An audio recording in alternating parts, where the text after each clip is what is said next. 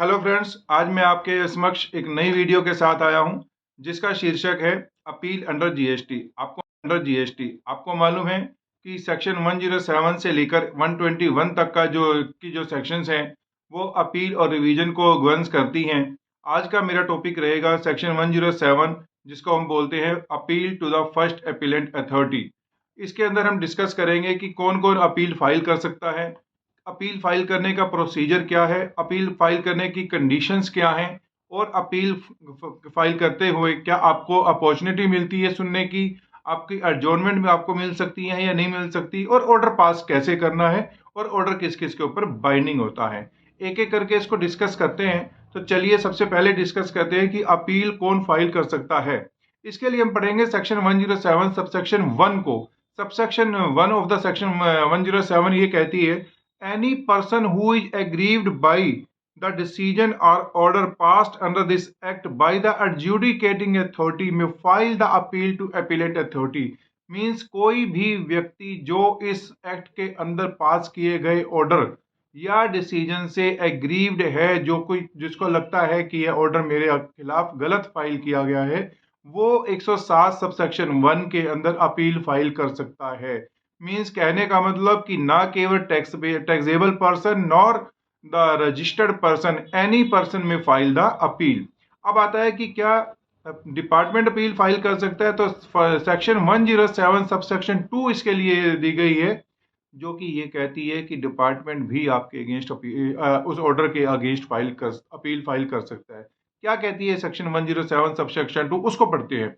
वो ये कहती है कि the commissioner on his own motion or on the request of the state commissioner or union territory commissioner if he think necessary, अगर उसको लगता है कि किस कोई ऑर्डर कोई गलत पास किया गया है, तो वो उस ऑर्डर की प्रोसीडिंग्स की जो डिटेल्स हैं वो अपने पास मंगा कर उसको चेक कर सकता है। चेक करने के बाद अगर कमिश्नर को ये लगता है कि ऑर्डर कल गलत पास हुआ है या उसके अंदर कुछ कमियां रह गई हैं, तो वो अपने सबॉर्डिनेट को अथोराइज कर सकता है कि उस ऑर्डर के अगेंस्ट वो अपील फाइल करे। तो जब वो subordinate authority under section 107 sub section 2 के अंदर एप्लीकेशन लगाता है, तो वो उसकी अपील मानी जाती है। अंडर सेक्शन 107 सब सेक्शन 3 के अंदर वो अपील मानी जाती है। अब हमारे पास एक क्वेश्चन आता है कि अपील फाइल करने का टाइम पीरियड क्या है। जब एसएससी को अपील फाइल करनी होती है, टैक्स पेयर को अपील फाइल करनी होती है, किसी भी पर्सन को अपील फाइल करनी होती है अंडर सेक्शन 107 सबसेक्शन 1, तो वो अपील फाइल कर सकता है within the period of 3 months from the communication of the order और the decision passed by the adjudicating authority. Means adjudicating authority ने जो ऑर्डर पास किया और उस पर्सन को वो कम्युनिकेट किया, उसके 3 महीने के अंदर वो अपील फाइल कर सकता है। कम्युनिकेट करने का जो तरीका है वो क्या है, आपको मेल के थ्रू आएगा, आपको पोर्टल पे आ जाएगा, आपको एसएमएस आ जाता है। पोर्टल पर जो ऑर्डर आपका आ गया वो भी एक कम्युनिकेशन का तरीका माना जाता है। तो उस डेट से 3 महीने के अंदर आपको अपील फाइल करनी है। डिपार्टमेंट को अगर अपील फाइल करनी है, क्या उसके लिए भी 3 महीने का टाइम है? नहीं, उसके लिए 6 महीने का टाइम है। आपको अपील फाइल करनी है, अब 3 महीने के अंदर अपील फाइल कर सकते हैं। और अगर डिपार्टमेंट को अपील फाइल करनी है तो डिपार्टमेंट 6 महीने के अंदर अपील फाइल कर सकता है। क्या ये टाइम पीरियड बढ़ा सकता है?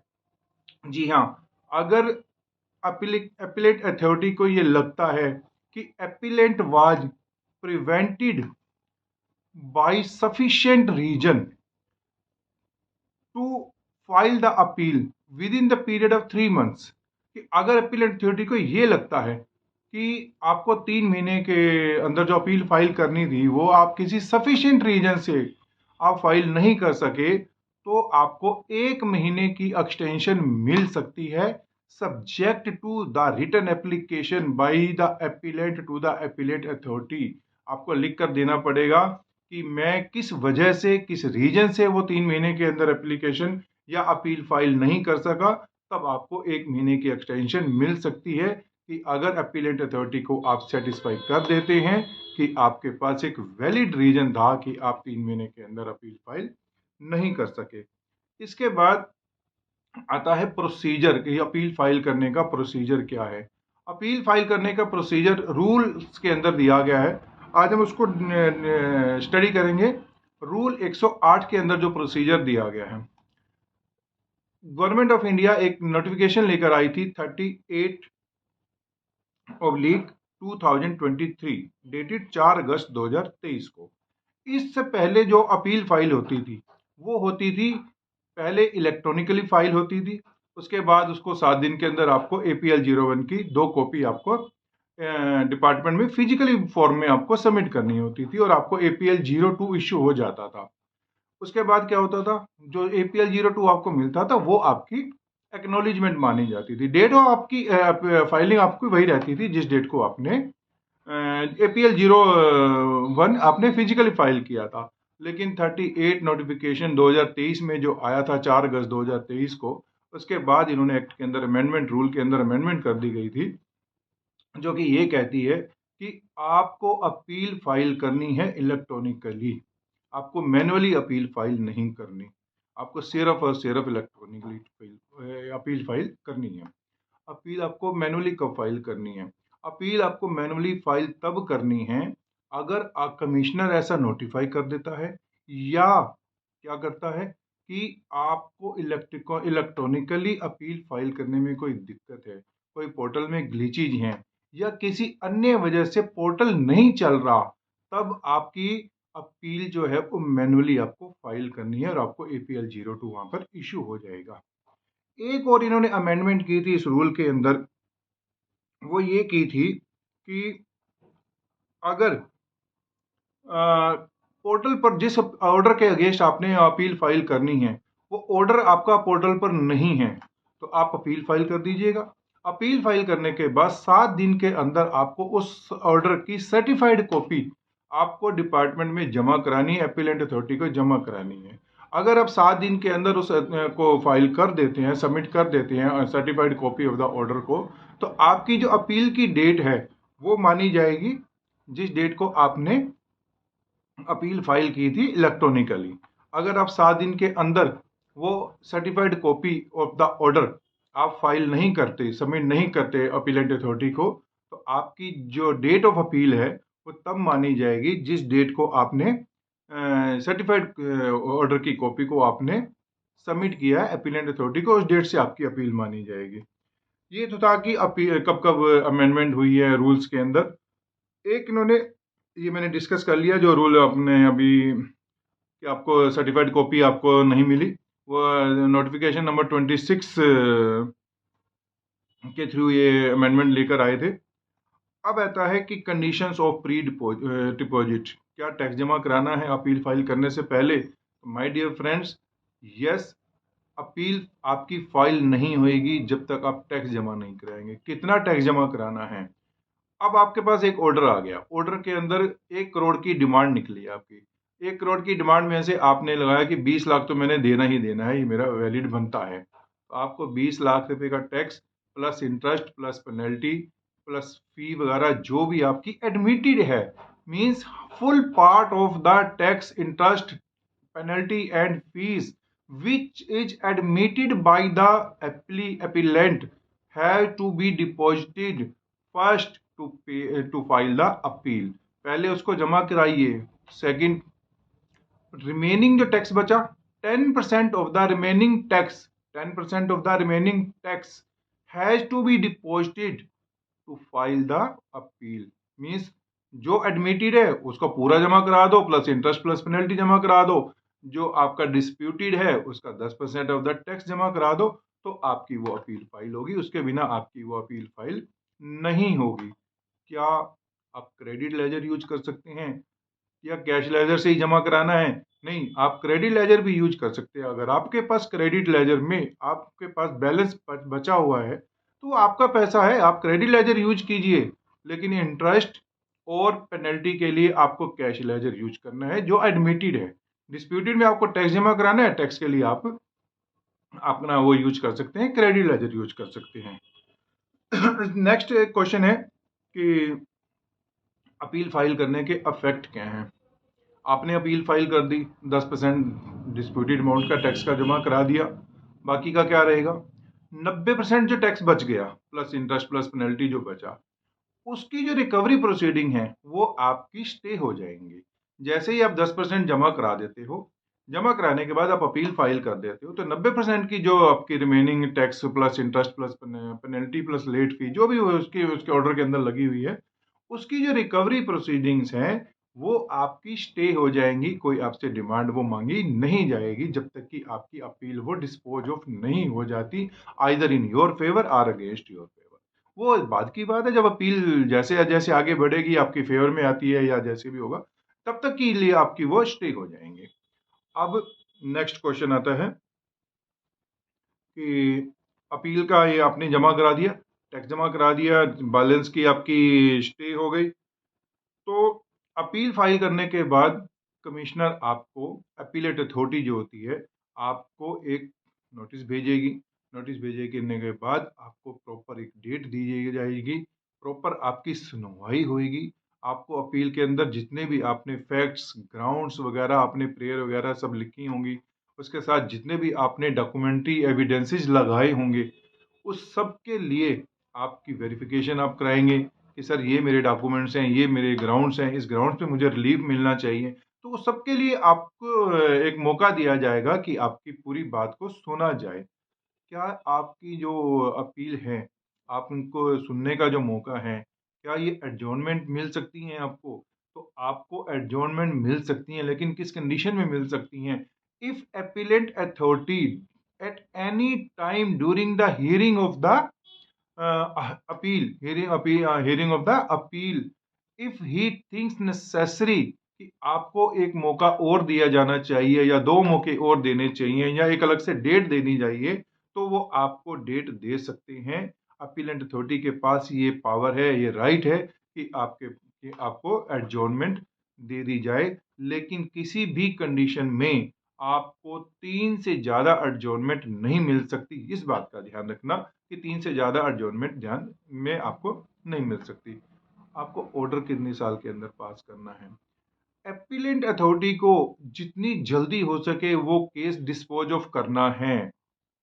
आपको 1 साल के अंदर वो डिस्पोज ऑफ करना है।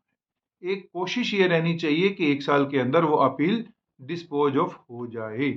अब एक क्वेश्चन मैं भूल गया, दोबारा बताता हूं उसको, कि 10% ऑफ द टैक्स जो आपको जमा कराना था ऊपर, 10% जो टैक्स जमा कराना था, मैक्सिमम कितना कराना था? पहले तो था कि मैक्सिमम जितना भी मर्जी जमा करा दो, वो जितना आपका 10% बनेगा वो आपको जमा कराना है। लेकिन एक अमेंडमेंट ये लेकर आए थे, अमेंडमेंट एक्ट 2018 में 1 फरवरी 2019 से जो एप्लीकेबल था कि मैक्सिमम आपको 25 करोड़ रुपए जमा कराना है। मींस अगर आपका 10% of the tax 1 crore 25 crore से ज्यादा बनता है तो आपको 25 करोड़ रुपए जमा कराना है, उससे ज्यादा आपको जमा नहीं कराना। ये मेरा एक पॉइंट अब ऊपर स्किप हो गया था जो कि मैंने आगे इसको आगे कवर कर दिया है। अब आपको अपॉर्चुनिटी मिल गई, एडजॉर्नमेंट मिल गई, आपको 1 साल के अंदर डिस्पोज ऑफ भी करना है। क्या आप एडिशनल ग्राउंड डाल सकते हैं? यस, आप एडिशनल ग्राउंड भी इसके अंदर डाल सकते हैं। कैसे डाल सकते हैं? आपको रिटर्न एप्लीकेशन लगानी है कि मेरे कुछ ग्राउंड्स अपील के अंदर, जब मैंने ओरिजिनल ग्राउंड्स लगाए थे, ओरिजिनल अपील फाइल की थी, उसके अंदर ये रह गए थे। If the appellate authority deems it necessary, he thinks it necessary कि आपने जानबूझकर ये ग्राउंड जो है अब आप एडिशनल की रिक्वेस्ट डाल रहे हो, जानबूझकर आपने उस समय नहीं छुपाए थे, या आपके पास कोई वैलिड रीजन है जो अपीलेंट अथॉरिटी को सेटिस्फाई कर दे कि आपके ये जो एडिशनल ग्राउंड्स हैं वो किस वजह से रह गए थे, और अगर अपीलेंट अथॉरिटी को लगता है कि हाँ आपके पास एक वैलिड रीजन है और आपने जानबूझकर नहीं छुपाए थे, तो आपको एडिशनल ग्राउंड ऐड करने की भी परमिशन वो अपीलेंट अथॉरिटी आपको दे देती है। ये सारा होने के बाद अब आती है बात ऑर्डर की। ऑर्डर कैसे पास करना है? क्या ऑर्डर आप जो अपीलेंट अथॉरिटी को ऑर्डर पास करना है, क्या वो रिमांड बैक कर सकता है या उसको ऑर्डर ही पास करना है, उसको डिस्पोज ऑफ करनी है? तो इसके बारे में डिस्कस करते हैं। कि सबसे पहले हम डिस्कस करते हैं, after completion of the hearing and after making such inquiry as may be necessary the appellant authority will pass such order as it thinks fit, just and proper, as it thinks just and proper, by modifying, confirming or annulling the decision passed by the adjudicating authority. जो adjudicating authority ने order pass किया था, उस जिसके against आपने appeal file की है, तो अपीलेट अथॉरिटी को वो ऑर्डर अपील क्या करनी है, डिस्पोज ऑफ करनी है. कैसे अपील करनी है? Either he will modify the order or he will annul the order, or he will enhance your demand, or he will decrease your demand. वो उसको करना है अपीलेंट अथॉरिटी को. In no case the case will be refer to the adjudicating authority. Refer back नहीं किया जाएगा, remand back नहीं किया जाएगा. Only he will dispose of the matter by modifying और annulling और कन्फर्मिंग और कन्फर्मिंग द डिमांड. जो भी वो करेगा, कन्फर्म करेगा या मॉडिफाई करेगा या आपको रिड्यूस करेगा. सेकंड क्या आता है ऑर्डर के अंदर? Provided that an order enhancing और द फीस और पेनल्टी. अगर कोई फीस और पेनल्टी बढ़ानी है उस ऑर्डर के अंदर, जो अपीलेंट अथॉरिटी ने ऑर्डर पास करना है, इन ल्यू ऑफ कॉन्फिकेशन और confiscating of the goods or of greater value or reducing the amount of refund or input tax credit shall not be passed unless, अगर means कहने का मतलब, अगर कोई पेनल्टी बढ़ानी है, कोई इनपुट आपका रिड्यूस करना है या लाइबिलिटी बढ़ानी है, तो जब तक आपको appellate authority show cause notice नहीं देगी, एक रीजनेबल अपॉर्चुनिटी ऑफ आपको सुनने की नहीं देगी, तब तक वो आपकी कोई भी पेनल्टी वगैरह बढ़ा नहीं सकती. बिना उसके आपको अपॉर्चुनिटी दिए, आपको बिना शो कॉज नोटिस दिए वो कोई भी ऑर्डर पास नहीं कर सकती.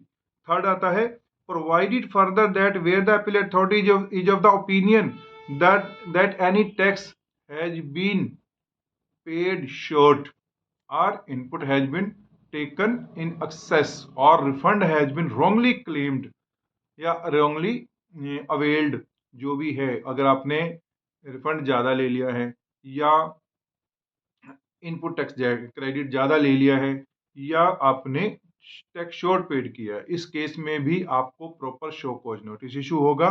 और बिना शो कॉज नोटिस इशू हुए, बिना आपको अपॉर्चुनिटी दिए, आपका अगेंस्ट इस तरीके का ऑर्डर पास नहीं होगा. और ये शो कॉज नोटिस कब दे सकता है? अगर 73, 74 की डेट निकल चुकी है तो आपको शो कॉज नोटिस भी नहीं दे सकता, क्योंकि 73 में नोटिस देने की डेट निकल चुकी है. अगर with in that order pass हो जाता है तो वो नोटिस इशू कर देगा. अगर डेट निकल चुकी है तो वो ऑर्डर भी पास नहीं, आपको शो कॉज नोटिस भी इशू नहीं कर सकता. नेक्स्ट आता है कि ऑर्डर क्या वर्बली देगा? नहीं, ऑर्डर आपको रिटर्न में मिलेगा. एक कॉपी आपको मिलेगी, एक कॉपी कंसर्न कमिश्नर को, अपीलेंट अथॉरिटी को देनी है. तो जो भी ऑर्डर पास होगा वो आपको रिटर्न में दिया जाएगा. किसी भी केस में वर्बली ऑर्डर पास नहीं होगा. क्या ये ऑर्डर आपके ऊपर बाइंडिंग है? Yes, every order passed by the appellate authority is binding on you, mean on appellant. Appellant के ऊपर वो ऑर्डर बाइंडिंग है, subject to the condition, subject to the provisions of section 108, 113, 117 and 118. Means 108, section 108, section 113, section 117 और 118 की provision के मद्देनजर आपको वो ऑर्डर आपके ऊपर बाइंडिंग है. तो ये 108 है क्या कि आप रिवीजन करवा सकते हैं. अगर कोई इसमें गलती है तो आप रिवीजन के लिए जा सकते हैं. अगर आप तब भी सेटिस्फाई नहीं है तो आप ट्रिब्यूनल में अपील फाइल कर सकते हैं. उससे भी सेटिस्फाई नहीं, आप हाई कोर्ट जा सकते हैं. हाई कोर्ट के बाद आप सुप्रीम कोर्ट भी जा सकते हैं. सेक्शन 118 आप सुप्रीम कोर्ट में जा सकते हैं, सेक्शन 117 आप हाई कोर्ट में जा सकते हैं. अगर आप कहीं पर नहीं जाते, आपको लगता है कि ऑर्डर मेरे ठीक है, तो आपको पे करनी है डिमांड पे करनी है, तो आपको आपका ऑर्डर वैसे ही सेटिस्फाई हो जाएगा. आपको आप सेटिस्फाई है तो आपको पे करनी है. अगर आप सेटिस्फाई नहीं है तो आप इन सेक्शंस के अंदर ट्रिब्यूनल, हाई कोर्ट या सुप्रीम कोर्ट तक जा सकते हैं. तो ये मेरा छोटा सा एक प्रयास था आज कि आपको फर्स्ट अपील के बारे में बताने का.